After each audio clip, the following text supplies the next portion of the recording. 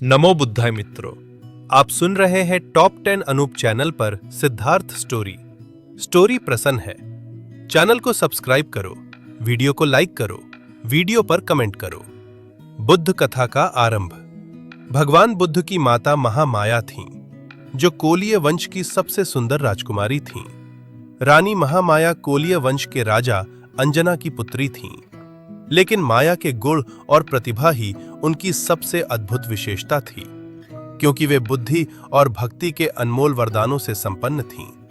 ये दंपति उत्तरी भारत में, जो अब नेपाल के नाम से जाना जाता है, कोलीय वंश के निकट रहने वाले शाक्य वंश के शासक थे।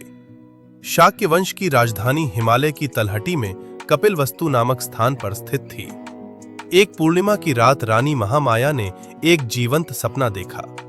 उन्होंने सपने में 4 दिव्य आकृतियों को देखा, जो उन्हें हिमालय में स्थित अनोत्ता झील तक ले गईं। उन्हें दिव्य स्नान कराने के बाद उन्होंने उन्हें सुगंधित फूलों से सजाया और इत्र लगाया।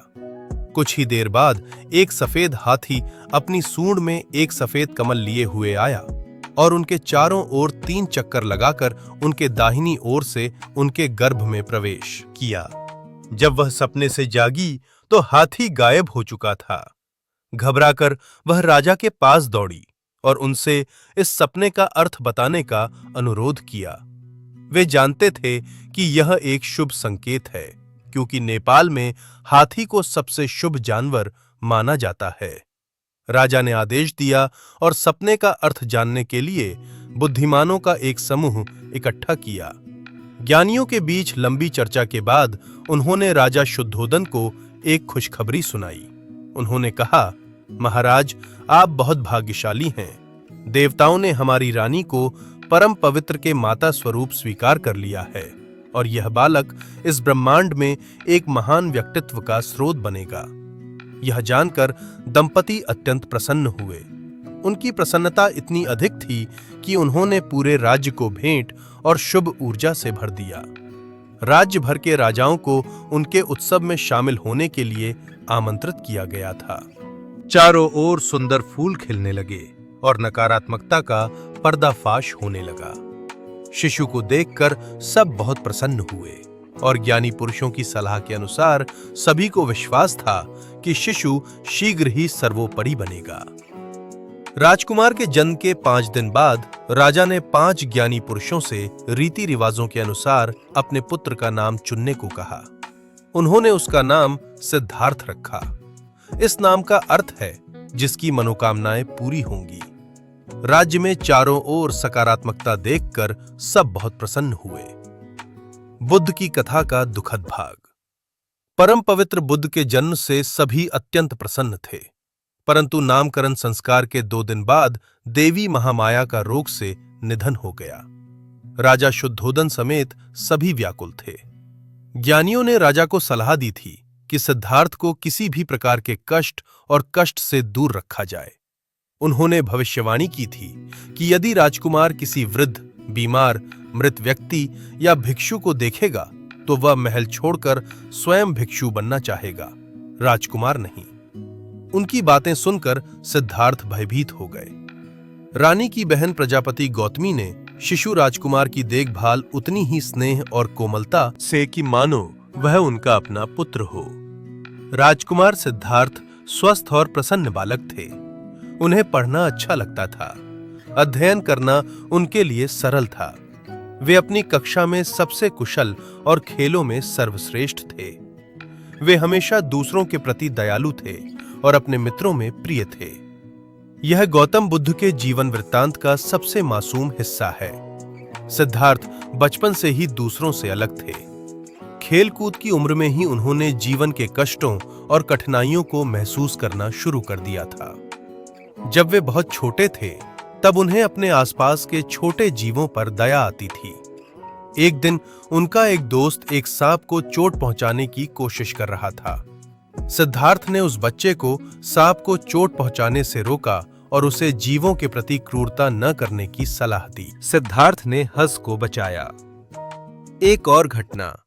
जब उन्होंने अपने चचेरे भाई के भाई को एक हंस को चोट पहुंचाते देखा, उनके भाई राजकुमार देवदत्त ने हंस पर तीर चलाया। लेकिन सिद्धार्थ ने हंस को उठाया और उसकी पूरी देखभाल की। जब हंस ठीक होने लगा तो उन्होंने उसे आकाश में उड़ने दिया। एक दोपहर उनके पिता उन्हें वार्षिक हल चलाने के उत्सव में ले गए। राजा ने खूबसूरती से सजाए गए बैलों की पहली जोड़ी को रवाना करके समारोह शुरू किया। सिद्धार्थ एक रसभरी के पेड़ के नीचे बैठ गए और सभी को देखने लगे। उन्होंने देखा कि जहां लोग आनंद से मौज मस्ती कर रहे थे, वहीं बैलों को खेत जोतने के लिए बहुत मेहनत करनी पड़ रही थी। वे बिल्कुल भी खुश नहीं दिख रहे थे।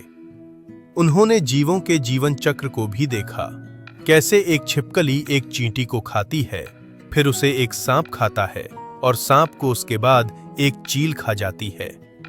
उन्होंने समझा कि हमारे जीवन में हम जो भी सुख देखते हैं वो केवल कुछ समय के लिए ही होता है। धीरे धीरे ये दुख में बदल जाता है।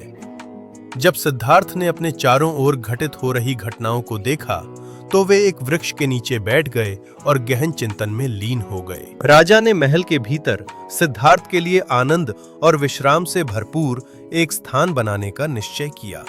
राजा नहीं चाहते थे कि उनका पुत्र जीवन के गहन विषयों पर अधिक विचार करे, क्योंकि उन्हें याद था कि ज्ञानी पुरुषों ने भविष्यवाणी की थी कि उनका पुत्र एक दिन महल छोड़कर भिक्षु बनना चाहेगा। लेकिन इससे सिद्धार्थ अपने आसपास दिखाई देने वाले कष्टों और दुखों के बारे में सोचने से नहीं रुके। बुद्ध के जीवन वृत्तांत में एक नए सवेरे का उदय हुआ। सिद्धार्थ एक सुंदर और बलवान युवक के रूप में बड़े हुए। सिद्धार्थ को सांसारिक विचारों से दूर रखने के लिए राजा ने उनका विवाह अपनी सुंदर चचेरी बहन राजकुमारी यशोधरा से निर्धारित किया। पारंपरिक मान्यता के अनुसार सिद्धार्थ को यशोधरा के माता-पिता के समक्ष अपनी योग्यता सिद्ध करनी थी। उन्होंने एक समारोह आयोजित किया जिसमें सिद्धार्थ को एक जंगली घोड़े को वश में करने के लिए कहा गया।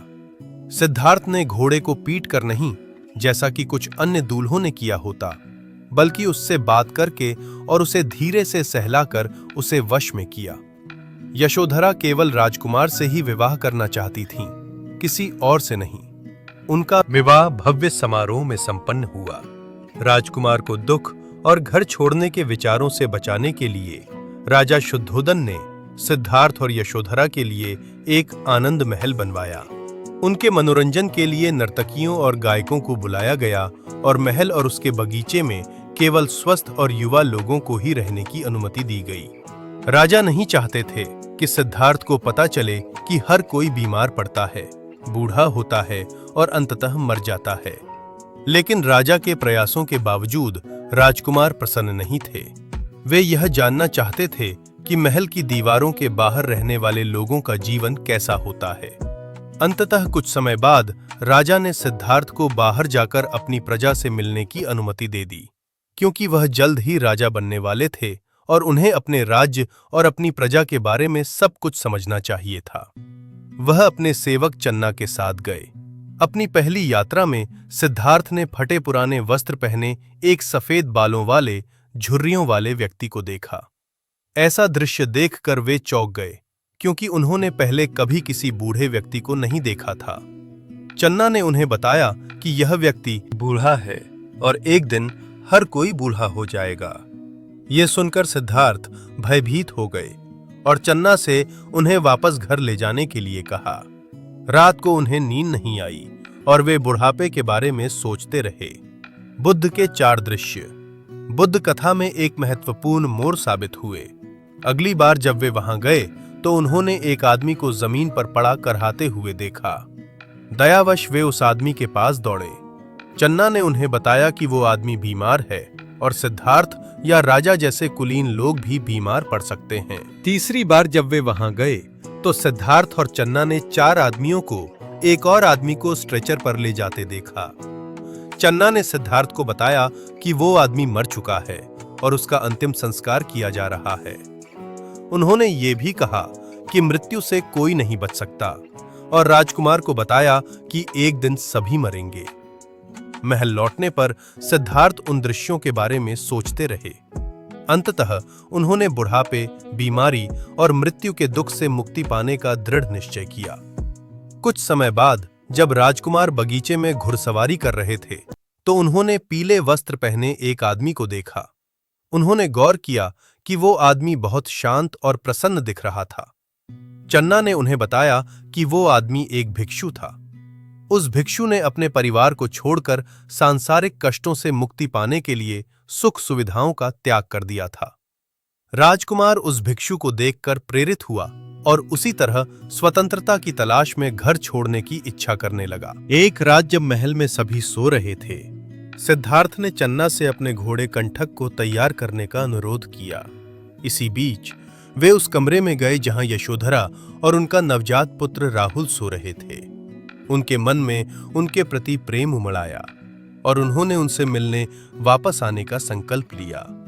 लेकिन पहले उन्हें यह समझना था कि सभी प्राणी क्यों व्यथित होते हैं और वे व्यथित होने से कैसे बच सकते हैं। रात्रि सन्नाटे में राजकुमार सिद्धार्थ कंठक पर सवार हुए। चन्ना के साथ वे महल और कपिलवस्तु नगर से निकल पड़े। नगर से कुछ दूरी पर एक नदी के किनारे वे रुके और राजकुमार ने अपने कीमती वस्त्र उतारकर भिक्षु के वस्त्र धारण कर लिए। फिर उन्होंने चन्ना को घोड़े पर सवार होकर महल वापस जाने को कहा। पहले तो चन्ना और कंठक दोनों ने वापस जाने से इनकार कर दिया, लेकिन सिद्धार्थ ने आदेश दिया कि उन्हें अकेले ही जाना होगा। कंठक की आंखों से आंसू बह रहे थे और वह राजकुमार को आंखों से ओझल होते हुए देखता रहा। बुद्ध कथा का यह भाग गौतम बुद्ध की गाथा का निर्णायक मोड़ है। 22 वर्ष की आयु में सिद्धार्थ ने एक भिक्षु का निर्जन जीवन व्यतीत करना शुरू किया। उन्होंने अपने पूर्व में लुभाने वाले सभी सुख सुविधाओं और इच्छाओं का त्याग करके एक सरल जीवन जीना शुरू किया। वे अपने भोजन की आवश्यकताओं के लिए भीख मांगकर दिन की शुरुआत करते थे। दिन बीतते गए और उनका सामना विभिन्न मनोवृत्तियों। 29 वर्ष की आयु में सिद्धार्थ ने एक भिक्षु का निर्जन जीवन व्यतीत करना शुरू किया। उन्होंने अपने पूर्व में लुभाने वाले सभी सुख सुविधाओं और इच्छाओं का त्याग करके एक सरल जीवन जीना शुरू किया। वे अपने भोजन की आवश्यकताओं के लिए भीख मांगकर दिन की शुरुआत करते थे। दिन बीतते गए और उनका सामना विभिन्न मनोवृत्तियों वाले लोगों से हुआ। उन्होंने महसूस किया कि उनके आसपास के सभी लोग जीवन के अर्थ को समझने से बहुत दूर हैं और इससे सत्य की खोज के लिए उनकी उत्सुकता और बढ़ गई। उन्होंने ज्ञान की आवश्यकता वाले प्रत्येक व्यक्ति को सलाह दी। ऐसे अनेक अनुभव और उपदेश हैं जिनसे लोगों को जीवन के सत्य का एहसास हुआ और उन्हें सिद्धार्थ के विचारों का अनुसरण करने की प्रेरणा मिली। ज्ञान प्राप्ति से पहले उन्होंने एक बार राजा बिंबिसार से वादा किया था कि वे जल्द ही अपने राज्य लौटेंगे और जीवन के वास्तविक सत्य का प्रचार करेंगे। राजगृह छोड़ने के बाद सिद्धार्थ अलारा कलामा नामक एक ऋषि से मिलने गए। वे ऋषि के साथ रहे और लगन से अध्ययन किया। जल्द ही वे अपने गुरु के समान ज्ञान प्राप्त कर चुके थे। यद्यपि उन्होंने मन को शांत करना सीख लिया था, फिर भी वे समस्त दुखों से मुक्ति का मार्ग नहीं जानते थे। इसलिए उन्होंने अलारा कलामा को धन्यवाद दिया और दूसरे गुरु की खोज में निकल पड़े। ज्ञान प्राप्ति की प्रक्रिया के दौरान सिद्धार्थ ने विभिन्न प्रकार की मुद्राओं का अभ्यास किया, जिनमें अलग अलग अर्थ और शिक्षाएं निहित हैं। सिद्धार्थ गौतम ने भी अपने जीवन वृत्तांत के अनुसार तपस्वी बनने का प्रयास किया। उनका मानना था कि यदि वे पर्याप्त साधना करेंगे तो उन्हें ज्ञान प्राप्त हो जाएगा। इसलिए उन्होंने उरुवेला में एक नदी और गांव के पास एक स्थान चुना जहां वे स्नान कर सकें और अपना दैनिक भोजन प्राप्त कर सकें। वहां 5 अन्य पुरुष भी रहते थे जो उनके साथी बन गए। सिद्धार्थ की तरह वे भी तपस्या करते थे। उनके नाम कोंडन्ना, भद्दिया, वप्पा, महानामा और अस्सजी थे। सिद्धार्थ ने 6 वर्षों तक विभिन्न प्रकार की तपस्या की। उन्होंने धीरे धीरे अपना भोजन कम करना शुरू कर दिया, यहां तक कि उन्होंने बिल्कुल खाना बंद कर दिया। बुद्ध की इस अवस्था को उपवास बुद्ध शाक्यमुनि कहा गया।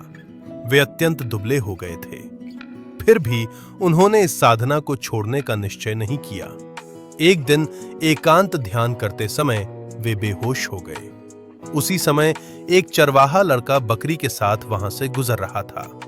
उसने सिद्धार्थ को देखा और महसूस किया कि बिना भोजन के सिद्धार्थ की मृत्यु शीघ्र ही हो जाएगी। इसलिए उसने तुरंत उन्हें थोड़ा गर्म बकरी का दूध पिलाया। शीघ्र ही सिद्धार्थ को होश आ गया और वे बेहतर महसूस करने लगे। उन्हें एहसास हुआ कि लड़के की मदद के बिना वे ज्ञान प्राप्ति से पहले ही मर जाते। तब से सिद्धार्थ सामान्य रूप से भोजन करने लगे। जल्द ही उनका स्वास्थ्य पूरी तरह से ठीक हो गया। उन्होंने स्वयं से प्रतिज्ञा की, मैं तब तक हार नहीं मानूंगा जब तक मैं अपना लक्ष्य प्राप्त नहीं कर लेता, जब तक मैं अपने और सभी मनुष्यों के लिए दुख से मुक्ति का मार्ग नहीं खोज लेता। ध्यान करते हुए सिद्धार्थ ने सभी बाहरी बाधाओं और अतीत के सुखों की यादों को त्याग दिया। इस कथा में गौतम बुद्ध द्वारा लोगों को सिखाए गए 4 आर्य सत्यों का वर्णन किया गया है। पहला सत्य दुख के अस्तित्व के बारे में था। दूसरा आर्य सत्य दुख के कारणों के बारे में था। तीसरा आर्य सत्य यह बताता है कि दुख का अंत संभव है। और चौथा आर्य सत्य दुख के अंत के लिए सफलता का मार्ग बताता है। इस प्रथम उपदेश के दौरान एक भिक्षु ने सब कुछ सीख लिया और ज्ञानोदय की प्रथम अवस्था प्राप्त कर ली। फिर उसने बुद्ध से भिक्षु बनने का आशीर्वाद मांगा। शीघ्र ही अन्य 4 भिक्षु भी बुद्ध के संघ में शामिल हो गए। सभी 5 भिक्षुओं ने लगन से साधना की और बुद्ध की सहायता से वे शीघ्र ही पूर्णतः ज्ञानी या अरहंत बन गए। बौद्ध धर्म का प्रसार बुद्ध कथा का एक अनिवार्य हिस्सा है। जब बुद्ध के 60 शिष्य थे, तब उन्होंने एक सभा बुलाई। उन्होंने उनसे कहा, जाओ और धर्म का प्रचार प्रसार अन्य स्थानों पर करो, ताकि अधिक से अधिक लोगों को दुखों से मुक्ति पाने का अवसर मिले। धर्म का प्रचार करो ताकि मानव जीवन शुद्ध और प्रकाशमय हो सके। ऐसे लोग हैं जो बुद्ध धर्म को ग्रहण करने के लिए तैयार हैं। वे इसे समझ सकेंगे। मैं स्वयं उरुवेला जाकर उपदेश दूंगा। बुद्ध ने अपने 60 शिष्यों को पहली बार विदा करने के बाद दक्षिण पूर्व में स्थित मगध के उरुवेला गांव की यात्रा की। बुद्ध की शिक्षाओं को सुनकर अनेक पुरुषों ने अपने घर छोड़कर भिक्षु बनने का निश्चय किया। बाद में उनमें से 1000 से अधिक पूर्णतः प्रबुद्ध अरहंत बन गए। बुद्ध अनेक लोगों से मिले जो उनके शिष्य बने और उन्होंने बौद्ध धर्म के प्रसार में उनकी सहायता की, जो आज भी उनकी शिक्षाओं के रूप में सर्वत्र प्रचलित है। ज्ञान प्राप्ति की यात्रा शुरू करने से पहले सिद्धार्थ गौतम ने सत्य जानने के बाद अपनी पत्नी और पुत्र से मिलने का वचन दिया था। इसलिए उन्होंने अपने शिष्यों के साथ अपने स्थान की यात्रा करने का निर्णय लिया। जब राजा को बुद्ध के बारे में पता चला और उन्हें यह जानकारी मिली कि बुद्ध उनके राज्य में गांव के पास रहते हैं और भीख मांगकर अपना जीवन यापन करते हैं, तो उन्हें बहुत क्रोध आया। जब वे बुद्ध से मिले तो बुद्ध ने उनका क्रोध शांत करने में उनकी सहायता की।